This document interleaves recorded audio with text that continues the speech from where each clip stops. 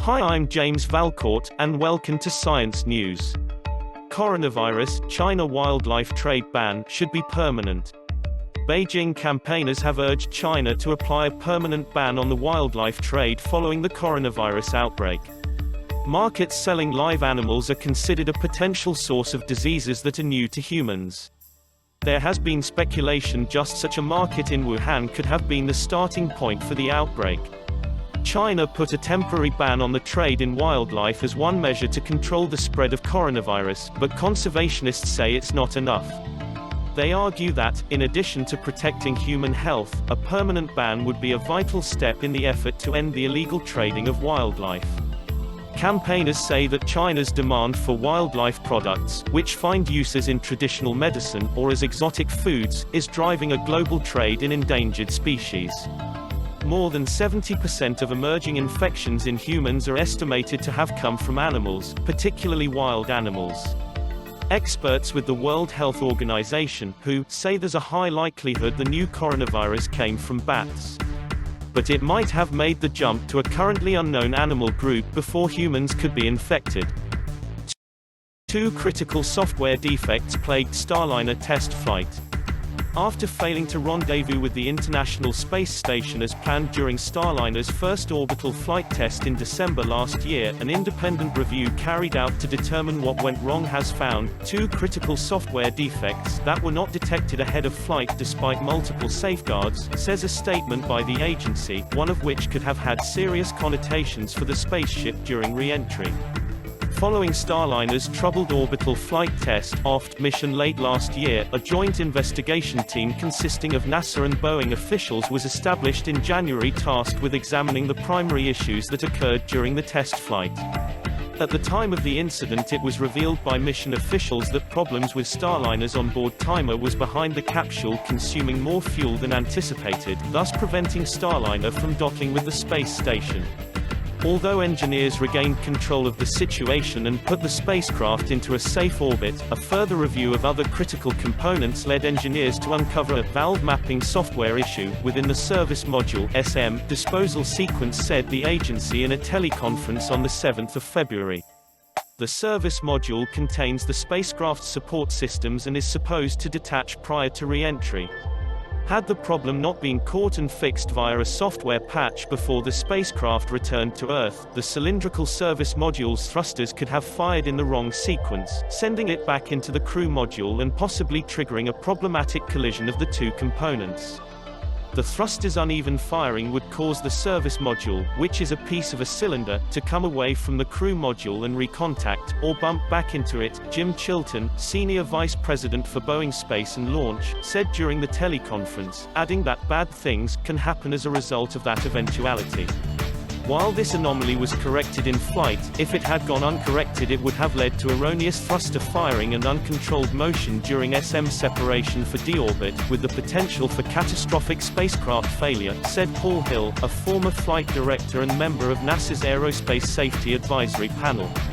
While both errors could have led to risk of spacecraft loss, the actions of the NASA Boeing team were able to correct the issues and return the Starliner spacecraft safely to Earth, says the statement by NASA. In addition to the two software issues, a poor communications link which impeded the flight control team's ability to command and control the vehicle also contributed to the problems Starliner faced on the test flight. The investigative review team is still working to determine the exact cause of this interference, but it appears to be associated with cell phone towers, John Mulholland, Vice President and Program Manager of Boeing's Starliner program, said during the teleconference. This latest failure from Boeing, which is still reeling from two fatal crashes of its 737 MAX aircraft, has called into question the company's safety procedures, and as such, the safety panel has recommended several reviews of the aerospace giant. The panel has a larger concern with the rigor of Boeing's verification processes, Hill said. We want to understand what the culture is at Boeing that may have led to that, said Douglas Loverow, a senior NASA official, adding that multiple errors also pointed to insufficient oversight by his agency.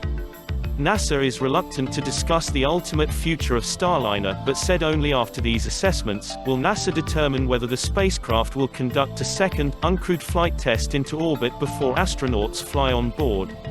Given the potential for systemic issues at Boeing, I would also note that NASA has decided to proceed with an organizational safety assessment with Boeing as they previously conducted with SpaceX, says chair of the safety panel, Patricia Sanders. Stephen Hawking's quantum black hole hypothesis supported by gravitational wave echoes. Echoes in gravitational wave signals suggest that the event horizon of a black hole may be more complicated than scientists currently think.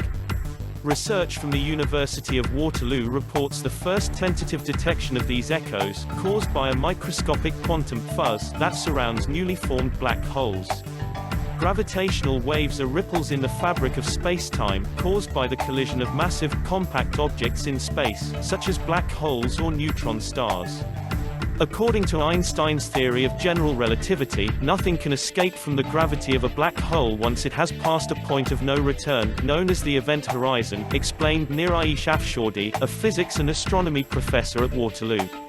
This was scientists' understanding for a long time until Stephen Hawking used quantum mechanics to predict that quantum particles will slowly leak out of black holes, which we now call Hawking radiation. Scientists have been unable to experimentally determine if any matter is escaping black holes until the very recent detection of gravitational waves, said Afshordi. If the quantum fuzz responsible for Hawking radiation does exist around black holes, gravitational waves could bounce off of it, which would create smaller gravitational wave signals following the main gravitational collision event, similar to repeating echoes.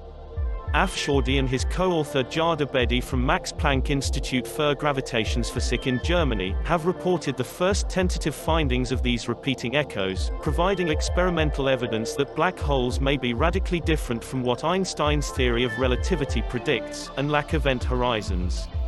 They used gravitational wave data from the first observation of a neutron star collision, recorded by the LIGO-Virgo gravitational wave detectors. The echoes observed by Afshordi and Abedi match the simulated echoes predicted by models of black holes that account for the effects of quantum mechanics and Hawking radiation. Our results are still tentative because there is a very small chance that what we see is due to random noise in the detectors, but this chance becomes less likely as we find more examples, said Afshordi. Now that scientists know what we're looking for, we can look for more examples, and have a much more robust confirmation of these signals. Such a confirmation would be the first direct probe of the quantum structure of space-time. The study echoes from the abyss, a highly spinning black hole remnant for the binary neutron star merger GW170817 was published in the Journal of Cosmology and Astroparticle Physics in November, and was awarded the first-place Buchholter Cosmology Prize in January 2020. The monster galaxy that suddenly died. It lived 12 billion years ago, an incredible span of time, churning out stars at a high rate, and then, it suddenly died. We are talking, of course, about the monster galaxy XMM2599, subject of a study published in the latest edition of the Astrophysical Journal, Xinhua reported. Even before the universe was 2 billion years old, XMM2599 had already formed a mass of more than 300 billion suns, making it an ultramassive galaxy, said the study's lead author Benjamin Forrest, with University of California Riverside, UC Riverside. The researchers also found that the galaxy formed most of its stars in a huge frenzy when the universe was less than 1 billion year old, the report said. It formed more than 1,000 solar masses a year in stars at its peak of activity, which was an extremely high rate of star formation. Then the galaxy became inactive by the time the universe was only 1.8 billion years old, perhaps because it stopped getting fuel or it became a massive black hole, according to the study. Our results call for changes in how models turn off star formation in early galaxies, said Gillian Wilson, a professor of physics and astronomy at UC Riverside in whose lab Forrest works. The evolutionary pathway of XMM2599 is unclear. Michael Cooper, a professor of astronomy at UC Irvine and the study's co-author, said, perhaps during the following 11.7 billion years of cosmic history, XMM2599 will become the central member of one of the brightest and most massive clusters of galaxies in the local universe. Alternatively, it could continue to exist in isolation. Or we could have a scenario that lies between these two outcomes, Cooper said. The team used the powerful multi-object spectrograph for infrared exploration at the W.M. Keck Observatory to make measurements of galaxy, the report said. Artificial intelligence sees quantum advantages. Russian researchers from the Moscow Institute of Physics and Technology, Valiev Institute of Physics and Technology, and ITMO University have created a neural network that learned to predict the behavior of a quantum system by looking at its network structure. The neural network autonomously finds solutions that are well adapted toward quantum advantage demonstrations. This will aid researchers in developing new efficient quantum computers. The findings are reported in the New Journal of Physics. A wide range of problems in modern science are solved through quantum mechanical calculations. Some of the examples are research into chemical reactions and the search for stable molecular structures for medicine, pharmaceutics, and other industries. The quantum nature of the problems involved makes quantum computations better suited to them. Classical computations, by contrast, tend to return only bulky approximate solutions. Creating quantum computers is costly and time-consuming, and the resulting devices are not guaranteed to exhibit any quantum advantage. That is, operate faster than a conventional computer. So researchers need tools for predicting whether a given quantum device will have a quantum advantage. One of the ways to implement quantum computations is quantum walks. In simplified terms, the method can be visualized as a particle traveling in a certain network, which underlies a quantum circuit. If a particle's quantum walk from one network node to another happens faster than its classical analog, a device based on that circuit will have a quantum advantage. The search for such superior networks is an important task tackled by quantum walk experts. What the Russian researchers did is they replaced the experts with artificial intelligence. They trained the machine to distinguish between networks and tell if a given network will deliver quantum advantage. This pinpoints the networks that are good candidates for building a quantum computer. The team used a neural network geared toward image recognition. An adjacency matrix served as the input data, along with the numbers of the input and output nodes. The neural network returned a prediction of whether the classical or the quantum walk between the given nodes would be faster. It was not obvious this approach would work, but it did. We have been quite successful in training the computer to make autonomous predictions of whether a complex network has a quantum advantage, said Associate Professor Leonid Fedotchkin of the Theoretical Physics Department at MIT. The line between quantum and classical behaviors is often blurred. The distinctive feature of our study is the resulting special-purpose computer vision, capable of discerning this fine line in the network space, added MIT graduate and ITMO University researcher Alexei Melnikov. With their co-author Alexander Alogents, the researchers created a tool that simplifies the development of computational circuits based on quantum algorithms. The resulting devices will be of interest in biophotonics research and materials science.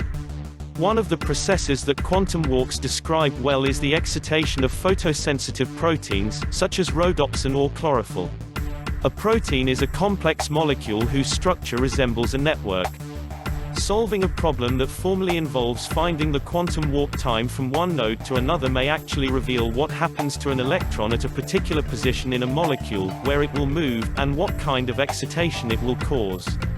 Compared with architectures based on qubits and gates, quantum walks are expected to offer an easier way to implement the quantum calculation of natural phenomena. The reason for this is that the walks themselves are a natural physical process. Thanks for watching Science News. For more details, please visit widelyexplore.com.